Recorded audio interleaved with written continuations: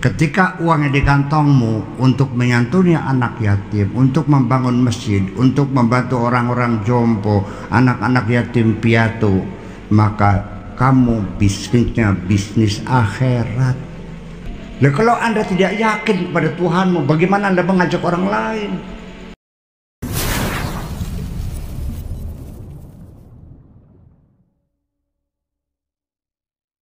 Begini, ada orang berangkat pagi pulang malam, nanam bawang, nanam cabai, nanam padi, pulang ke Jakarta, ya kan, usaha apa itu, bawa beras, ya nanti beli gabah lagi, ding lagi, pun orangnya makanya duduk, bisnis bukan, dunia tak akhirat.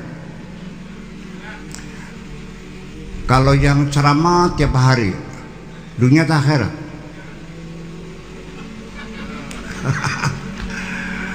Yang kalau orang jadi dokter periksa pasien sehari ngantri, ya pel 200 orang. Ngerti bahasa drama ya bisa aku. Ya, ayo apa dunia apa akhirat? Saya tidak bisa mengatakan aktivitasmu sehari-hari, berdagang, berbisnis dan sebagainya, saya tidak bisa mengatakan Anda lagi mencari dunia atau mencari akhirat. Tidak bisa. Nanti saya akan memutuskan ketika sudah jadi uang dan uang ada di kantongmu. Paham? Ketika uangnya di kantongmu untuk menyantuni anak yatim, untuk membangun masjid, untuk membantu orang-orang jompo, anak-anak yatim piatu, maka kamu bisnisnya bisnis akhirat. Betul nggak? Sekalipun kamu berdakwah ceramah muter-muter kemana-mana, iya, tetapi sekali panggil tarifnya 15 juta. Dunia tak akhirat. Ada dokter yang menggratiskan saya. Saya berapa dok? Dah Pak Kiai lah. Ini obatnya, udah sembuh. Saya sakitnya yang biasanya itu flu itu, punya hanya flu aja. Ya. Kalau kurang tidur tuh kena flu. Saya pikir dokter ini baik hati karena melihat saya sebagai kiai, kan gitu. Tapi ternyata suatu hari saya melihat sendiri masuk ruangan praktek, ada pasien yang belum keluar, baru selesai. Terus pasien itu orang tua, tapi ya wis tayangan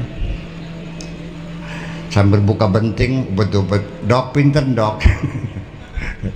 Kata dokternya pun. Namanya dokter Idris ya, Nasution, depan masjid Jati Barang. Pun saya gini, udah ini obatnya sembuh. Oh ternyata dokter ini kalau pasiennya miskin itu dia gratis. Nah ini dokter dunia pak, dokter akhirat. Mubalik yang pasang 15 juta, mubalik dunia, mubalik akhirat. Nah ya itu jadi persoalannya. Itu yang jadi persoalannya.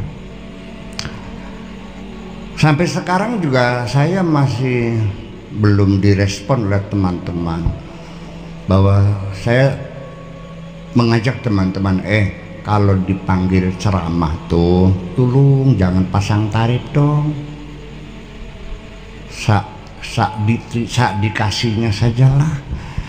Kita niat berdakwah menyampaikan kebenaran kepada umat manusia dengan penuh cinta dan kasih sayang. Jangan memberatkan panitia. Kata panitia ngundang duitnya oleh patungan, kata memang ibuan kan ya kan gitu, ya Allah ya Rabbi. Jadi ya saya dikasihnya sajalah. Jadi saya minta bahwa dipanggil ceramah tuh ya seperti kita mencangkul ke sawah lah. Artinya bawa cangkul, bawa kembu juga boleh, tapi niatnya tetap nyakul gitu. dengan harapan barangkali di tengah mencangkul gacruk leler metu welut teh, silakan diambil. Ya kan gitu.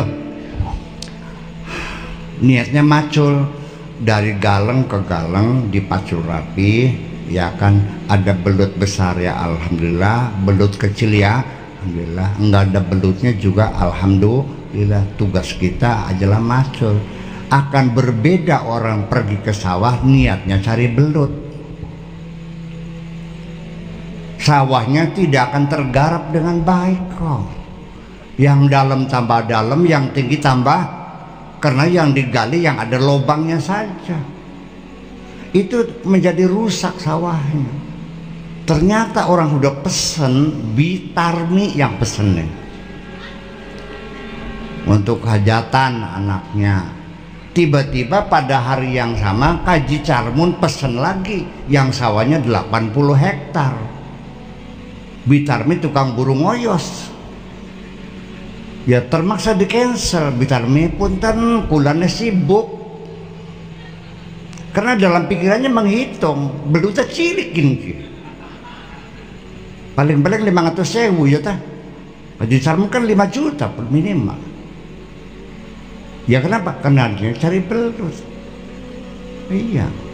Sampai setelah ceramah juga dibuka amplopnya di depan panitia. Loh, 3 juta aja kurang kini. Itu sudah bisnis murni. Nah, kenapa saya tidak direspon? Satu alasannya, kalau nurutin pakai sakur nanti saya nggak bisa masak. Pendileng gelimpang kata mereka. Artinya pendileng gelimpang itu artinya nggak bisa masak gitu. Lalu saya bertanya, kamu ngajak-ngajak orang beribadah kepada Allah, mengabdi kepada Allah, meminta rezeki sama Allah, bergantung kepada Allah. Kamunya saya minta bekerja kepada Allah, tapi kamu tidak yakin nanti bisa makan, nanti makannya dari mana? Jadi dalam pikirannya Allah tidak kaya. Soalnya kalau bekerja sama Allah nanti yang bayar siapa? Bayangkan, saudara-saudara kita yang kerja di Taiwan dibayar enggak? Yang kerja di Korea dibayar enggak? Yang kerja di Arab Saudi dibayar enggak? Yang kerja sama Allah dibayar enggak? Enggak bisa makan. Jadi dia meyakinnya kalau bekerja sama Allah nanti enggak ada yang bayar. Sinting kan? Nah, kalau Anda tidak yakin kepada Tuhanmu, bagaimana Anda mengajak orang lain? Paham? Bikin ngomong ke? Lah ya iya. Jadi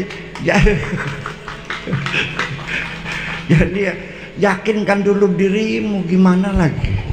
Nah, itu kan persoalan. Kenapa? Masa Allah kerja nggak dibayar? Ya pasti bayar dong. Bapak sekalian, sebelum kita beribadah, sebelum kita mengabdi pada Allah, kita sejak begitu lahir juga sudah difasilitasi dengan inventaris yang berlimpah ruah dan gratis.